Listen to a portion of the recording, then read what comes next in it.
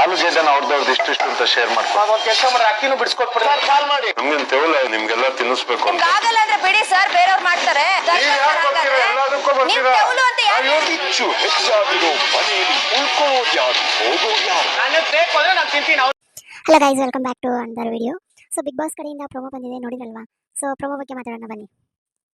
ಇಲ್ಲಿ ಊಟ ಸಲುವಾಗಿ ಜಗಳ ಆಡ್ತಿದ್ದಾರೆ. ಯಾಕೆ ಆಡ್ತಿದ್ದಾರೆ, ಯಾರಿಂದ ಇದು ಜಗಳ ಸ್ಟಾರ್ಟ್ ಆಯಿತು ಅಂತ ತಿಳ್ಕೊಳ್ಳೋಣ ಬನ್ನಿ. ಊಟ ಕಡಿಮೆ ಆದಂಗೆ ಇದೇ ಪರಿಸ್ಥಿತಿ ಬರುತ್ತೆ. ಬಟ್ ಇದಕ್ಕೆಲ್ಲ ಕಾರಣ ಯಾರು? ಅದೇ ಸ್ಪರ್ಧಿಗಳು ಅಲ್ವಾ? ಅವ್ರು ತಂದ್ಕೊಂಡಿರೋ ಪರಿಸ್ಥಿತಿಗೆ ಅವರೇ ಕಾರಣ. ಯಾಕಂತ ಹೇಳ, ಆಮೇಲೆ ಅವರು ರೂಲ್ಸ್ನ ಫಾಲೋ ಮಾಡದೇ ಇರೋವಂಥದ್ದು, ಲಕ್ಸುರಿ ಬಜೆಟ್ ಬಂದಾಗ ಅದನ್ನು ಕರೆಕ್ಟಾಗಿ ಯುಟಿಲೈಸ್ ಮಾಡ್ಕೊಳ್ಳದೆ ಇರೋದು, ಕರೆಕ್ಟಾಗಿ ಲೆಕ್ಕ ಹಾಕಿ ಏನು ಬೇಕು ಅದನ್ನು ಮಾಡ್ಕೊಳ್ಳದೆ ಇರೋದು, ಆಮೇಲೆ ಗ್ರೋಸರೀಸ್ ಟಾಸ್ಕ್ ಅಂತ ಬಂದಾಗ ಸೀರಿಯಸ್ನೆಸ್ ಇಲ್ಲದಂತೆ ಆಟ ಆಡೋದು, ಇದೆಲ್ಲವೂ ಮ್ಯಾಟರ್ ಆಗುತ್ತೆ. ಸೊ ನೀವು ನೋಡಿರ್ಬೇಕು, ಎಷ್ಟೋ ಬಾಸ್ಕೆಟ್ಗಳನ್ನ ಕಳ್ಕೊಂಡಿದ್ದಾರೆ. ಒಂದು ಸಮ್ ಟೈಮ್ ಅಂತೂ ಬರೋದೇ ಇಲ್ಲ. ಯಾಕಂದರೆ ಅವ್ರು ಮಾಡಿರೋ ಮಿಸ್ಟೇಕ್ಗಳಿಂದಾಗಿ ಎಷ್ಟೋ ಗ್ರೋಸರೀಸನ್ನು ಕಳ್ಕೊಂಡಿದ್ದಾರೆ. ರೂಲ್ಸ್ ಅಂತ ಬಂದಾಗ ತುಂಬ ಜನ ರೂಲ್ಸ್ನ ಬ್ರೇಕ್ ಮಾಡ್ತಿದ್ದಾರೆ. ಎಕ್ಸಾಂಪಲ್, ಮೈಕ್ ಹಾಕಲ್ಲ, ಮಲ್ಕೊಳ್ಳೋ ಅಂಥದ್ದಾಗಿರ್ಬೋದು. ಸೊ ಅವ್ರಿಗೆಲ್ಲ ಗೊತ್ತು ಇದನ್ನೆಲ್ಲ ಮಾಡೋದ್ರಿಂದ ರೂಲ್ಸ್ ಬ್ರೇಕ್ ಆಗುತ್ತೆ, ರೂಲ್ಸ್ ಬ್ರೇಕ್ ಆಗೋದ್ರಿಂದ ಸೊ ಇದೆಲ್ಲ ಆಗುತ್ತೆ ಅಂತ. ಅಷ್ಟು ಗೊತ್ತಿದ್ದು ಮತ್ತೆ ಮಾಡ್ತಾರೆ ಅಂದರೆ ಏನು ಮಾಡೋದು ಹೇಳಿ. ಆಮೇಲೆ luxury budget. So luxury budget ಅಂತ ಬಂದಾಗ ಎಷ್ಟೋ ಪಾಯಿಂಟ್ಸ್ಗಳು ಬಂದಿರುತ್ತೆ, ಓಕೆನಾ? ಅದನ್ನು ಸರಿಯಾಗಿ ಯುಟಿಲೈಸ್ ಮಾಡ್ಕೊಂಡು ನೀನು ನೋಡಿರ್ಬೇಕು, ನೀವು ಎಷ್ಟು ಪಾಯಿಂಟ್ಸ್ ಗೊತ್ತಾಗಲ್ವಾ? ಆಮೇಲೆ ಜಾಸ್ತಿ ತಿಂತಿರ್ತಾರಲ್ಲ ಅವ್ರಿಗಂತೂ ಇದು ಎಫೆಕ್ಟ್ ಆಗೇ ಆಗುತ್ತೆ.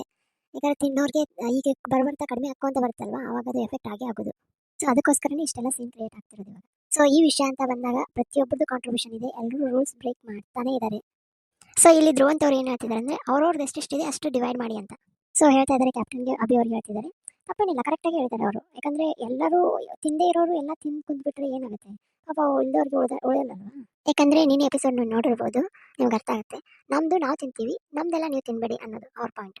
ಅವ್ರು ಕೇಳೋದ್ರಲ್ಲೂ ಅರ್ಥ ಇದೆ, ಯಾಕಂದರೆ ಅವ್ರ ಪಾಲಿಗೆ ಬಂದಿದ್ದು ಅವ್ರಿಗೆ ಅಲ್ವಾ? ಸೊ ಇಲ್ಲಿ ರಜತ್ ಅವರು ಅಕ್ಕಿನೂ ಡಿವೈಡ್ ಮಾಡಿಬಿಡಿ ಅಂತ, ಅಂದರೆ ಇದೆಲ್ಲ ಡಿವೈಡ್ ಮಾಡ್ತಿದ್ರೆ ಅಕ್ಕಿನೂ ಡಿವೈಡ್ ಮಾಡಿಬಿಡಿ ಅಂತ ಹೇಳ್ತಿದ್ದಾರೆ. ಸೊ ತಿನ್ನೇ ವಿಷಯಕ್ಕೆ ಇಷ್ಟೆಲ್ಲ ಜಗಳ ಆಗ್ತಿದೆ ಇವಾಗ. ಸೊ ಈ ಥರ ಕನ್ವರ್ಸೇಷನ್ ಬೇಡವಾಗಿತ್ತೇನೋ ಅಂತ ನನಗೂ ಅನಿಸುತ್ತೆ. ಯಾಕಂದರೆ ಇದಕ್ಕಿಂತ ಬೆಟರ್ ಆಗಿ ಅವರು ಡಿಸೈಡ್ ಮಾಡ್ಬೋದಾಗಿತ್ತು ಅಂತ. ಸೊ ಇಲ್ಲಿ ರಘು ಅಣ್ಣವರು ನಂಗೇನು ತೆವಲ ಅಂತ ಹೇಳ್ತಾರೆ. ತೆವಲ ಅಂದರೆ ನಂಗೇನು ಚಟನ ಅದು. ಅದರ ಮೀನಿಂಗ್ ಬೇರೆನೇ ಕೊಡುತ್ತೆ, ಏನೋ ಗೊತ್ತಿಲ್ಲ. ಅದರ ಎಕ್ಸಾಕ್ಟ್ ಮೀನಿಂಗ್ ನನಗೂ ಅಷ್ಟು ಗೊತ್ತಿಲ್ಲ ಹೇಳಬೇಕು ಅಂದರೆ.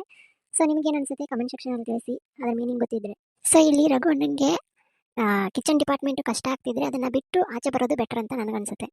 ಸೊ ಇಲ್ಲಿ ತುಂಬ ಜನಕ್ಕೆ ಅಡುಗೆ ಬರಲ್ಲ, ಓಕೆನಾ? ಬರಲ್ಲ ಅಂತಂದರೆ ಅವ್ರು ಕಲಿಬೋದು, ಅವ್ರು ಏನು ಮಾಡಿ ಹಾಕ್ತಾರೆ ಅದನ್ನು ತಿನ್ನಬೇಕು. ಎಷ್ಟೋ ಜನಕ್ಕೆ ಇನ್ನೂ ಸ್ವಲ್ಪ ಜನಕ್ಕೆ ಅಡುಗೆ ಬರುತ್ತೆ, ಅವ್ರು ಮಾಡಿ ಹಾಕ್ತಾರೆ. ಸೊ ಅದ್ರ ಬದಲು ಈ ರಘುನ ನಿನಗೆ ಅಭಿ ಅವರು ಡಿವೈಡ್ ಮಾಡಬೇಕಾದ್ರೆ ಹೇಳ್ಬಿಡ್ಬೇಕಾಗಿತ್ತು, ನನಗೆ ಇದಾಗಲ್ಲಪ್ಪ, ನನಗೆ ಮಾಡೋದಕ್ಕಾಗಲ್ಲ ಅಂತ ಸ್ಪಷ್ಟನೆ ಕೊಟ್ಟು ಸರಿದು ಬಿಡಬೇಕಾಗಿತ್ತು ಅಂತ ನನಗನ್ಸುತ್ತೆ. ಅವರೇ ಹೋಗ್ತಾರೆ, ಅವರೇ ಮಾಡಿ ಹಾಕ್ತಾರೆ. ಸೊ ಇಂಥ ಸಿಚುವೇಶನ್ ಬಂದಾಗ ಮಾತುಗಳು ಬಂದೇ ಬರುತ್ತೆ, ಸಹಜ. ಸೊ ಒಂದು ಜವಾಬ್ದಾರಿ ಅಂತ ಕೊಟ್ಟಾಗ ರಘು ಅವರು ಅಡುಗೆ ಕಿಚನ್ನ ತುಂಬ ಚೆನ್ನಾಗಿ ನಿಭಾಯಿಸಿದ್ದಾರೆ. ಯಾಕಂದರೆ ನೀವು ನೋಡಿರ್ಬೋದು, ರಕ್ಷಿತಾ ಅವರು ತುಂಬ ಸಲ ಹೇಳಿದ್ದಾರೆ ರಘು ಅಣ್ಣನ ಬಗ್ಗೆ. ಸೊ ಹಾಗಿರಬೇಕಾದ್ರೆ ಅಷ್ಟು ನಿಭಾಯಿಸೋರು ಈ ಥರ ವರ್ಡ್ಗಳನ್ನ ಯೂಸ್ ಮಾಡಬಾರ್ದಾಗಿತ್ತು. ಯಾಕಂತ ಹೇಳ್ತೀನಿ ಅಂದರೆ, ಇಷ್ಟು ದಿನ ನೀವು ಎಫರ್ಟ್ ಹಾಕೊಂಡು ಬಂದು ಮಾಡಿರೋದೆಲ್ಲ ವೇಸ್ಟ್ ಆಗಿಬಿಡುತ್ತೆ. ಏನೋ ಒಂದು ಕಾಟಾಚಾರಕ್ಕೆ ಮಾಡಿರತ್ತು ಅನ್ನೋ ಥರ ಅನಿಸುತ್ತೆ ಇದು. ಸೊ ಇಲ್ಲಿ ಅಶ್ವಿನಿ ಅವ್ರು ಏನಂತಾರೆ ಅಂದರೆ, ನಿಮ್ಗೆ ಆಗ್ತಿಲ್ಲ ಅಂದರೆ ಬಿಡಿ ಸರ್, ಬೇರೆಯವ್ರು ಮಾಡ್ತಾರೆ ಅಂತ. ಸೊ ನನ್ನ ಪ್ರಕಾರ ಓಕೆ, ಕರೆಕ್ಟು. ಸೊ ನಿಮ್ಗೆ ಆಗ್ತಿಲ್ಲ ಅಂದರೆ ಬಿಟ್ಟು ಬೇರೆದವ್ರು ಕೊಡಿ, ಯಾಕೆ ಸುಮ್ಮನೆ ಈ ಥರ ಎಲ್ಲ ಮಾತಾಡ್ತೀರಾ? ಸೊ ಆಗಲ್ಲ ಅಂತ ಹೇಳಿದ್ರೆ ಕ್ಯಾಪ್ಟನ್ಗೆ ಹೇಳಿದ್ರೆ ಕ್ಯಾಪ್ಟನ್ ಚೇಂಜ್ ಮಾಡೇ ಮಾಡ್ತಾನೆ. ಇಲ್ಲಿ ರಘುಣ್ಣ ಅಶ್ವಿನಿ ಅವರು ಮಾತು ತೆಗೆದಿದ್ದಕ್ಕೆ ಯಾಕೆ ಬರ್ತಿದ್ದೀರಾ ನೀವು ಅಂತ ಕೇಳ್ತಿದ್ದಾರೆ. ನನ್ನ ಪ್ರಕಾರ ಅವ್ರು ರೈಟ್ ವರ್ಡ್ ಯೂಸ್ ಮಾಡಿದ್ದಾರೆ, ಕರೆಕ್ಟಾಗಿ ಮಾತಾಡಿದ್ದಾರೆ. ಸೊ ಈ ವಾರ ನೀವು ನೋಡಿರಂಗೆ ಅಶ್ವಿನಿ ಗೌಡ ಅವರು ಕರೆಕ್ಟ್ ವೇನಲ್ಲಿ ಹೋಗ್ತಿದ್ದಾರೆ. ಬಟ್ ಈ ವಾರ ರಘುವನ್ನ ಸ್ವಲ್ಪ ಯಾಕೋ ಏರಾಪೇರಿ ಹೋಗ್ತಿದ್ದಾರೆ ಅಂತ ನನಗನ್ಸುತ್ತೆ. ಅಂದರೆ ನಿನ್ನೆ ಲೈವಲ್ಲಿ ನೋಡಿದಾಗ ಇಲ್ಲಿ ಒಂದು ಪೀಸ್ ಒಂಚೂರು ಕೇಳಿದಕ್ಕೂ ಕೊಡಿಲ್ಲ ರಘುವಣ್ಣ ಅವರು. ಇಲ್ಲಿ ರಜತ್ ಅವರು ನಾನು ಬೇಕಂದರೆ ತಿಂತೀನಿ, ಅವ್ರು ಬೇಕಂದರೆ ಅವ್ರು ತಿಂತಾರೆ, ಆಮೇಲೆ ನಮ್ಮ ಪಾಲಿಂದ ನೀವು ತಿನ್ಬೇಡಿ ಅಂತ ಹೇಳ್ತಿದ್ದಾರೆ. ಇಲ್ಲಿಗೆ ಮಾತುಗಳು ಬರೋದು ಸಹಜ, ಯಾಕಂದ್ರೆ ನನ್ನ ಪಾಲು ನಿನ್ನ ಪಾಲು ಅಂತ ಬರೋದು ಸಹಜ. ಯಾಕಂದರೆ ಊಟ ಕಡಿಮೆ ಆಗ್ತಾ ಬಂದಂಗೆ ಈ ಮಾತುಗಳು ಬರೋದಂತ ಸಹಜವಾದ ಮಾತುಗಳು. ಯಾಕಂದರೆ ಊಟನೇ ಮೇಯ್ನು, ತಿನ್ನೋದಕ್ಕೆ ಬೇಕಾಗಿರೋದು ಅದೇ ಮೇನ್ ಅಲ್ವಾ?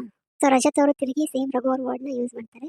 ಸೊ ನಿಜ, ಯಾಕೆ ಅನಿಸ್ಕೊಳ್ಳೋಕೆ ಇಲ್ಲಿ ಯಾರೂ ಬಂದಿಲ್ಲವಲ್ಲ, ಸಹಜ. ಊಟ ಅಂತ ಬಂದಮೇಲೆ ಎಲ್ರಿಗೂ ಜಗಳ ಬರೋದಂತೂ ಸಹಜ. ಇನ್ನು ಮನೇಲಿ ನಾವು ಜಗಳ ಮಾಡ್ತೀವಿ ಊಟ ಅಂತ ಅಂದಾಗ, ಇನ್ನು ಅಲ್ಲಿ ಯಾರು ಕೇಳ್ತಾರೆ ಹೇಳಿ, ನಮಗೆ ಬಂದಿದ್ದು ನಾವು ಯೂಸ್ ಮಾಡ್ತೀವಿ ಅಂತ. ಬಟ್ ಇಲ್ಲಿ ಎಲ್ಲಿ ಮಿಸ್ಟೇಕ್ ಆಗ್ತಿದೆ ಅದನ್ನು ಕಂಟೆಸ್ಟೆಂಟ್ಗಳು ತಿಳ್ಕೊಂಡು ಮುಂದುವರೆದ್ರೆ ಚೆನ್ನಾಗಿರುತ್ತೆ. ಯಾಕಂದರೆ ನೋಡಿ, ರೂಲ್ಸ್ನ ಬ್ರೇಕ್ ಮಾಡಲಿ, ಅಲ್ಲಿ ಲಕ್ಸುರಿ ಬಜೆಟ್ ಬಂದಾಗ ಅದನ್ನು ಚೆನ್ನಾಗಿ ಯುಟಿಲೈಸ್ ಮಾಡ್ಕೊಂಡ್ರೆ, ನಿದ್ದೆ ಮಾಡದೇ ಇದ್ದರೆ, ಮೈಕ್ ಚೆನ್ನಾಗಿ ಯೂಸ್ ಮಾಡದೇ ಇದ್ದರೆ, ಮತ್ತು ಈ ಥರ ಪ್ರಾಬ್ಲಮ್ ಆಗೋದೇ. ಇನ್ನೂ ಎಷ್ಟೋ ಎಪಿಸೋಡ್ಗಳು ಏನು ತೋರಿಸಿಲ್ಲ ಬಿಗ್ ಬಾಸ್ ಅವರು, ಅದನ್ನೇ ರೂಲ್ಸ್ ಬ್ರೇಕ್ ಮಾಡೋ ತೋರಿಸಿದ್ರೆ ಸಾಕಷ್ಟಿದೆ ಹೇಳಬೇಕಂದ್ರೆ. ಸೊ ಎಲ್ಲ ಮೇಂಟೈನ್ ಮಾಡ್ಕೊಂಡು ಹೋದರೆ ಏನು ಸಿಗಬೇಕು ಅದು ಚೆನ್ನಾಗೇ ಸಿಗುತ್ತೆ. ಈ ಥರ ಮಾಡ್ಕೊತ ಹೋದರೆ ಏನೂ ಸಿಗೋದಿಲ್ಲ. ಸೊ ಅವ್ರ ತಪ್ಪುಗಳನ್ನ ಸರಿ ಮಾಡ್ಕೊಂಡ್ರೆ ಚೆನ್ನಾಗಿರುತ್ತೆ. ಸೊ ಪಕ್ಕ ಇಲ್ಲೊಂದು ಫೈಟ್ ಅಂತೂ ಆಗೋದಂತೂ ಖಂಡಿತ. ಅಶ್ವಿನಿ ಗೌಡ ಏನಾದರೂ ಮೊದಲಿನ ಥರ ಇದ್ದಿದ್ರೆ ಇನ್ನೂ ಜಾಸ್ತಿ ಆಗ್ತಿತ್ತೇನೋ. ಅವರು ಈ ವೀಕಲ್ಲಿ ತುಂಬ ಪಾಸಿಟಿವ್ ವೇನಲ್ಲಿ ಹೋಗ್ಬಿಟ್ಟಿದ್ದಾರೆ. ತುಂಬ ಏನೇ ಮಾಡಬೇಕಂದ್ರೂ ಪಾಸಿಟಿವ್ ವೇನಲ್ಲೇ ಮಾತಾಡ್ತಾರೆ ಅವ್ರು ಇವಾಗ. ಓಕೆ ಗೈಸ್, ಸಿಗೋಣ ಮತ್ತೊಂದು ವಿಡಿಯೋದಲ್ಲಿ.